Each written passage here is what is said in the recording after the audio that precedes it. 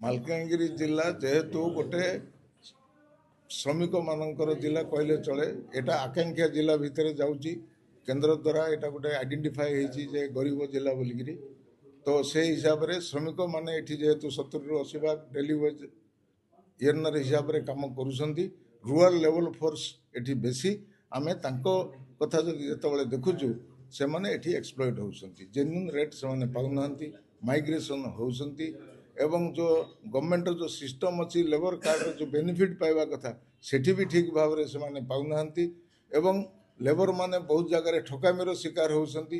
ଇଏ ସବୁକୁ ଦୃଷ୍ଟିରେ ରଖି ଏଇସବୁ ଜିନିଷ ଯାକ ଦୃଷ୍ଟିରେ ରଖି ଆମେ 11 ଦଫା ସମ୍ବଳିତ ଗୋଟେ ଦାବିପତ୍ର ଆମର ଜଏଣ୍ଟ କୋଅର୍ଡିନେସନ୍ କମିଟି ଥିଲା ତିଆରି କରିଥିଲୁ। ଯେଉଁ ଆମର ଜିଲ୍ଲାରେ ଯେତିକି ଟ୍ରେଡ୍ ୟୁନିୟନ୍ ଅଛନ୍ତି ଯେଉଁମାନେ ରୁରାଲ ୱାର୍କ ଫୋର୍ସରେ କାମ କରୁଛନ୍ତି ମିଶିକି ଆଜି କଲେକ୍ଟରେଟ୍ ଆଡମିନିଷ୍ଟ୍ରେସନ୍ ଆଉ ଟିଏଲ୍ ଅଫିସରେ ମେମୋରାଣ୍ଡମ୍ ଦେଇଛନ୍ତି।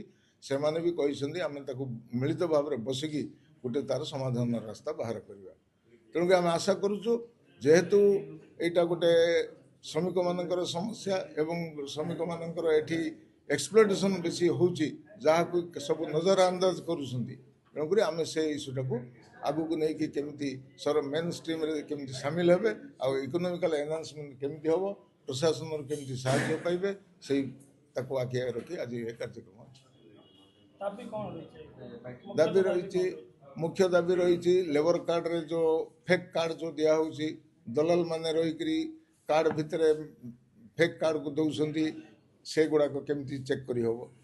ମାଲକାନଗିରି ଜିଲ୍ଲାକୁ ଗୋଟେ ମାଇଗ୍ରେସନ୍ ପ୍ରୋନ୍ ଏରିଆ ଭାବରେ କେମିତି ଡିକ୍ଲେୟାର କରିହେବ।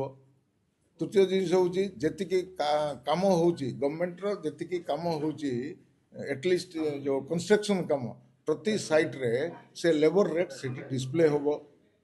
ଆଉ ପ୍ରତ୍ୟେକ ଯେଉଁ ଇଣ୍ଟରଷ୍ଟେଟ୍ ମାଇଗ୍ରେସନ୍ ଆକ୍ଟ ସେଟାକୁ ଠିକ୍ ଭାବରେ ଇମ୍ପ୍ଲିମେଣ୍ଟ ହେଲେ ଏ ଯେଉଁ ସବୁ ଦଲାଲ ମାନେ ବାହାରକୁ ନେଉଛନ୍ତି ଲେବର ଚାଲାନ ହେଉଛନ୍ତି ତାର ଗୋଟେ ଇଏ ହେଇପାରିବ ଚେକ୍ ହେଇପାରିବ ଏବଂ କେତେ ଲୋକ ଆନ୍ଧ୍ରାକୁ ଯାଉଛନ୍ତି ମାଇଗ୍ରେସନ୍ ତାର ଗୋଟେ ଡାଟାବେସ୍ ବି ହେଇପାରିବ।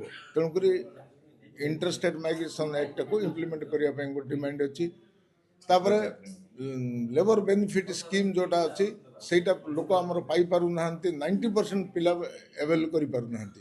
ତ ତା ପାଇଁ ବୋଲିକିରି ଗୋଟେ ଡିପାର୍ଟମେଣ୍ଟାଲ ରିଭ୍ୟୁ ଯେତେବେଳେ ଆପ୍ଲିକେସନ୍ ସବମିଟ୍ କରିବାର ଗୋଟେ ଆସୁଛି ଟାଇମିଂ ସେତେବେଳେ ଗୋଟେ କଲେକ୍ଟର କି ଏଡିଏମ୍ ଗୋଟେ ଡିପାର୍ଟମେଣ୍ଟାଲ ରିଭ୍ୟୁ କରନ୍ତୁ କ୍ୱାର୍ଟରଲି କେତେ ଆପ୍ଲିକେସନ୍ ଆସିଛି କେତେ ଆପ୍ଲିକେସନ୍ ଯାଇଛି। କାରଣ ଏଚ୍ଏମ୍ ଆଉ ଡିଓ ମାନଙ୍କର ଇଭିନ୍ କି ଆମର ଏଜୁକେସନ୍ ଆଉ ୱେଲଫେୟାର ଦୁଇଟା ଡିପାର୍ଟମେଣ୍ଟର ଏଇ ଯେଉଁ ଦକ୍ଷତା ବୃଦ୍ଧି କରିବା ସଚେତନ କରିବା ପବ୍ଲିକରେ ଏବଂ ରିଭ୍ୟୁ କରିବା 2 ମାସରେ ମାସକେ ରିଭ୍ୟୁ କଲେ ଲୋକଙ୍କର ବେନିଫିଟ୍ ଗୁଡ଼ାକ ଲୋକ ପାଇପାରିବେ।